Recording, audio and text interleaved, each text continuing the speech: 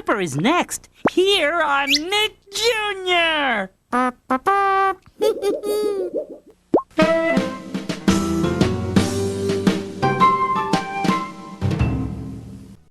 And we're back once again. Now, for those of you who didn't have any idea what those weird sound effects were, that was Face drinking some juice out of a cup with a very intricate crazy straw that goes all around his face and actually forms the shape of goggles all around. On Nick Jr., Face always drank through that crazy straw before every single episode of Franklin and Kipper. And sometimes Blue's Clues, too. So for those of you who grew up in the late 90s and early 2000s and watched Nick Jr. or watched Kipper on Nick Jr. growing up and you remember seeing that, that's what that was. A little bit of nostalgia for you guys. And for those of you who watched Kipper elsewhere and never watched it on Nick Jr. and you've never heard those weird sounds before, that's what that was. Now, one last thing before I continue. I just want to apologize once again for not posting anything in the month of May. I went on 2 vacations. First, I went to the Outer Banks with my family, and we also went up to the mountains of northern PA and stayed in a log cabin. It's kind of interesting. I just went on 2 holidays, and Tiger just came back from his holiday too. So it all works out. Now I'm going to try very hard to keep my schedule consistent here for this summer. I'll talk more about my summer plans when we're done today, but right now we're going to talk about one more episode of Kipper the Dog, Sleepless Nights. Here we go. First thing we see is a little bit of a mess in Kipper's bedroom. There's some puzzle pieces, a flashlight, a bunch of books, a ball, some colored pencils, a toy airplane, and a book. And the camera pans over towards Kipper's bed, and Kipper's standing right behind it, getting ready to go to sleep. And he says goodnight to his stuffed animals one by one and tucks them in. This is a very memorable moment right here because this is one of multiple episodes in which Kipper does this. I think he also did it in The Big Freeze and also The Magic Carpets, if I'm not mistaken. He says, "Time for bed, rabbit. Time for bed, Mr. Snake. Sleepy time, Big Owl." And he picks up his rubber hippo and squeezes it a couple of times and makes it squeak. He says, "In you get, hippo. And you, sock thing." Let me take a look at, what's the difference between Mr. Snake and Sock Thing? Okay, Mr. Snake is, like this, long, skinny beanbag kind of thing, whereas Sock Thing is a red and white striped sock, and Kipper put a face on it, and he uses it as a sock puppet. So in a way, they're kind of like both snakes, but Sock Thing is, just a puppet thing that Kipper made out of a sock. And speaking of Big Owl, in the book that I'm working on, Zoe's Friends, there's a grocery store called Big Owl Markets, and the name, I kind of borrowed it from Kipper's stuffed Big Owl. And the reason I chose that name was because here in Lancaster, Pennsylvania, we have 2 grocery store chains that are very popular. There's Giant Food Stores and Wise Markets. And I was thinking that, giants are big and owls are wise, so they say. So like giant and wise, big owl markets. Get it? Now when Kipper says, "In you get, hippo," they use that same recording again in the tag sale / the jumble sale, where Kipper was tidying up a little bit before Big and Arnold arrived for cake. And now Kipper's looking for Slipper. He's not quite sure where the slipper is, and he only has one slipper, and he just so happens to be wearing it for whatever reason. Just the one slipper. Looks like a teddy bear slipper. And yes, that is in fact the same slipper that is featured in the intro. The dog with the slipper. That's Kipper. Kipper the dog. By the way, that's a toad, not a frog.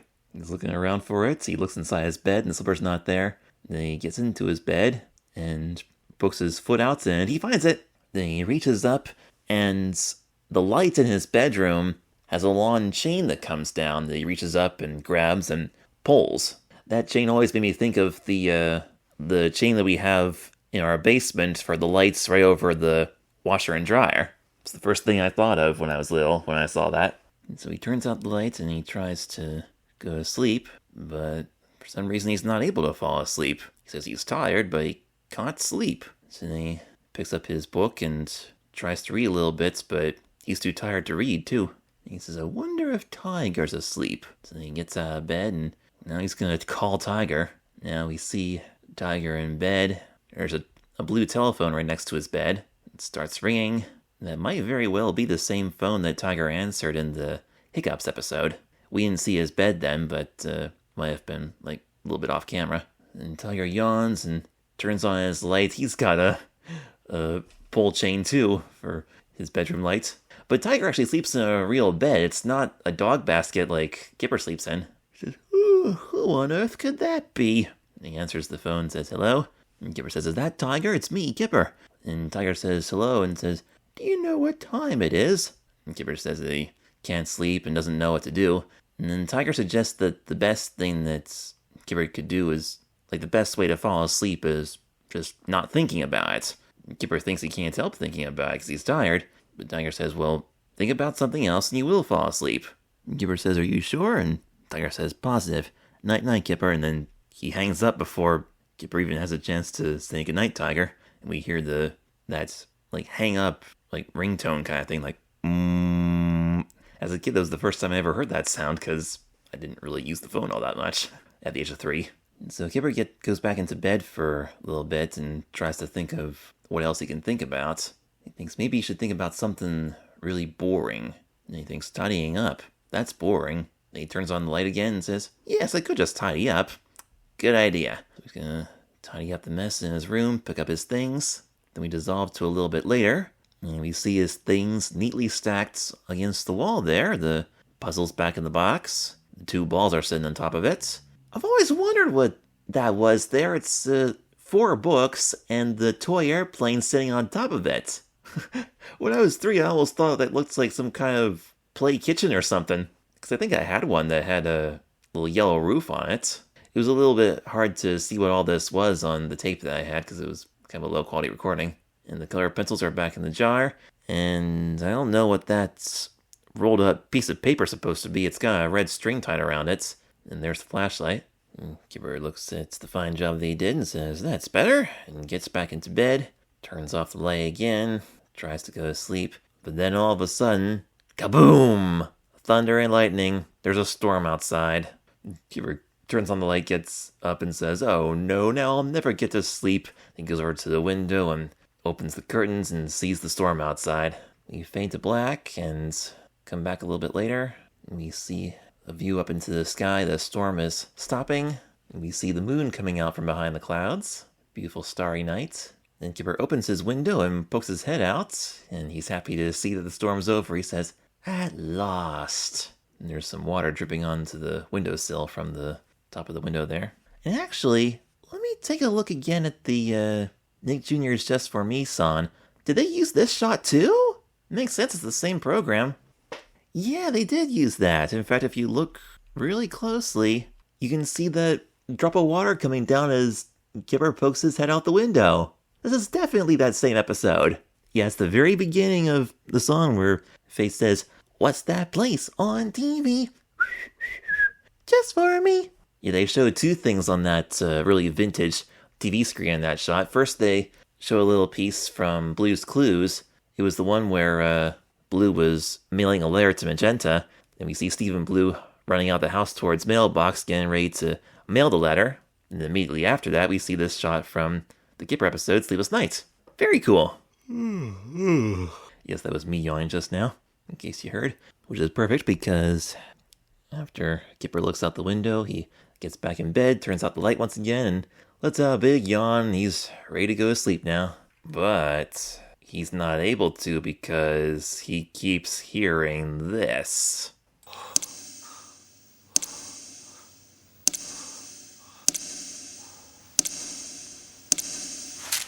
Stop it! Stop it!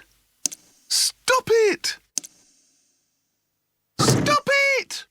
Kipper hears the rainwater dripping on the windowsill. And it keeps going tap, tap, tap, tap. And it's really getting on his nerves, and he very angrily turns on the light again, gets out of bed and says, stop it! Stop it! Stop it!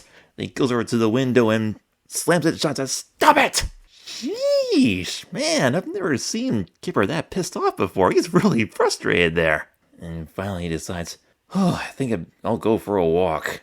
And he's holding Hippo and gives it a little squeak and says, come on, Hippo. And so he carries his hippo with him, and he opens the door and goes out for a walk.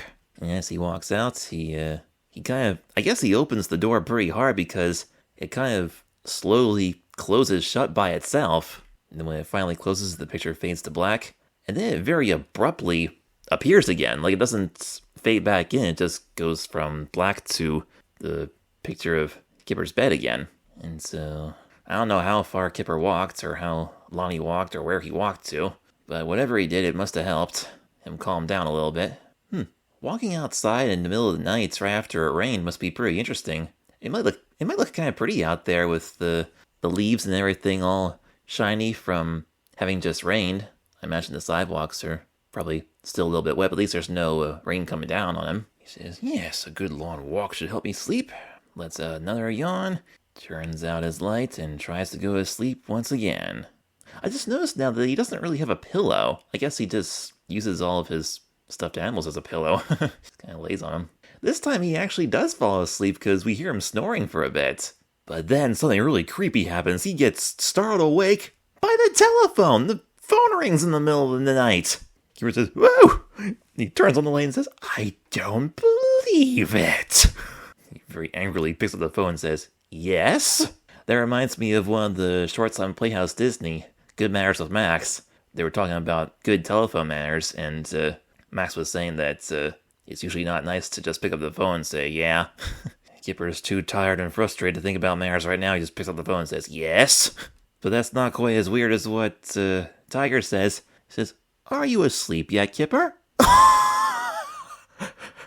"Are you asleep?" And Kipper has a perfect response to that. He says, "How can I be asleep when I've answered the telephone?" When I was a kid, it took me a while to figure out that that's actually what he said. At first I thought it was maybe, how can I be asleep, like, from the noise of the telephone, because the phone ringing woke him up. And then maybe I thought he said that, how can I be asleep when I'm always on the telephone? But no, when I've answered the telephone, that's what he said. And he definitely has a valid point. Like, why in the world would Tiger ask him if he's asleep? Because if he's asleep, the phone would still be ringing. That's funny. And Tiger says that he can't sleep either. He says the thunder was noisy, wasn't it? As he fluffs his pillow. Kipper says, "That was ages ago." So has it been like an hour since the storm ended? He was laying there for a while, hearing the water tap on the windowsill, and then he went out for that walk, so yeah, I guess it would have been a while. And Tiger says, "Oh well." And we see he has kind of a mad face, like he doesn't appreciate the way that Kipper's talking to him, so he says, "Oh well, shouldn't disturb you. See you soon." He hangs up, and then Tiger just kind of lays back in bed, and we don't see him turning out the lights, so I don't know if he's just gonna lay there awake for a while or what, but we cut back to Kipper, and he's like shrugging and looking at the phone like, what was the point of that call? You just got me up for nothing. I guess Tiger couldn't sleep and he was bored, so decided to take a bed and see if Kipper was still awake. But it wasn't worth it. Oh my, I remember this part. Here we go, the sheep counting scene. Kipper gets back into bed and says, "Maybe I should try counting sheep. That's supposed to work." This is also the first time I've ever heard of the concept of counting sheep. So Kipper turns out the lights, and the picture slowly zooms away from Kipper's bed, making room on the screen for a big thought balloon. And Kipper starts by counting 3 sheep, and we see the sheep hopping along in his thought balloon. And when he gets to 3, Kipper's thinking, I wonder what the biggest number ever would be. I wonder if anyone's ever counted as far as that. I hope not, because it would take more than 8 hours to do that. Like, a lifetime, basically. Because you can count to infinity. Well, nobody really could, but, like, you can count on and on and on and on and on. Not that anybody would want to. He continues counting. 5, 6, 7, 8. And Kipper also wonders why it's sheep you're supposed to count. Like, what's so special about sheep? Like, why not count something else? Well, he's about to find out in a few seconds. He continues counting. 9, 10, 11, 12, 13. And when he gets to 13, we start hearing a kind of a scary noise in the background. 9,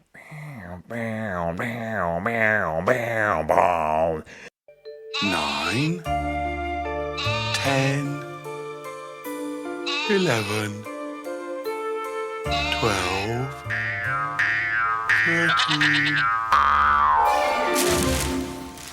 It's a kangaroo hopping along it, and the 13th sheep looks behind him and gets scared as he hops along, and then we see the kangaroo chasing sheep number 13. And all of a sudden, the thought balloon dissolves, and Kipper abruptly wakes up. So yeah, he was kind of getting himself to sleep there, but just entered the edge of a nightmare, pretty much. Woo-wee. Yeah, that part's really creepy, but wasn't really creepy in a way that caused any problems when I was little, so you don't have to worry about that. And he wakes up and says, "Whew, it was just a dream. Now I know why it's sheep." Because he was wondering why you're supposed to count sheep as opposed to something else, and he figures if you count kangaroos, it wouldn't make you sleepy at all. Nope, probably not. Yeah, I've had similar experiences where I feel like I'm almost falling asleep and then something abruptly wakes me up. Like, I've had times where I'm laying there and I, just almost fall asleep, like I'm right on the edge of dozing off, and then I feel like I'm falling off of a cliff or something, and I'm like, whoa! And I abruptly wake up.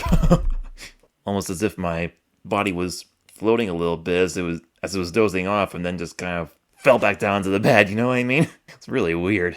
And right before the picture fades to black, Kipper gets out of bed again. He doesn't even turn the light on.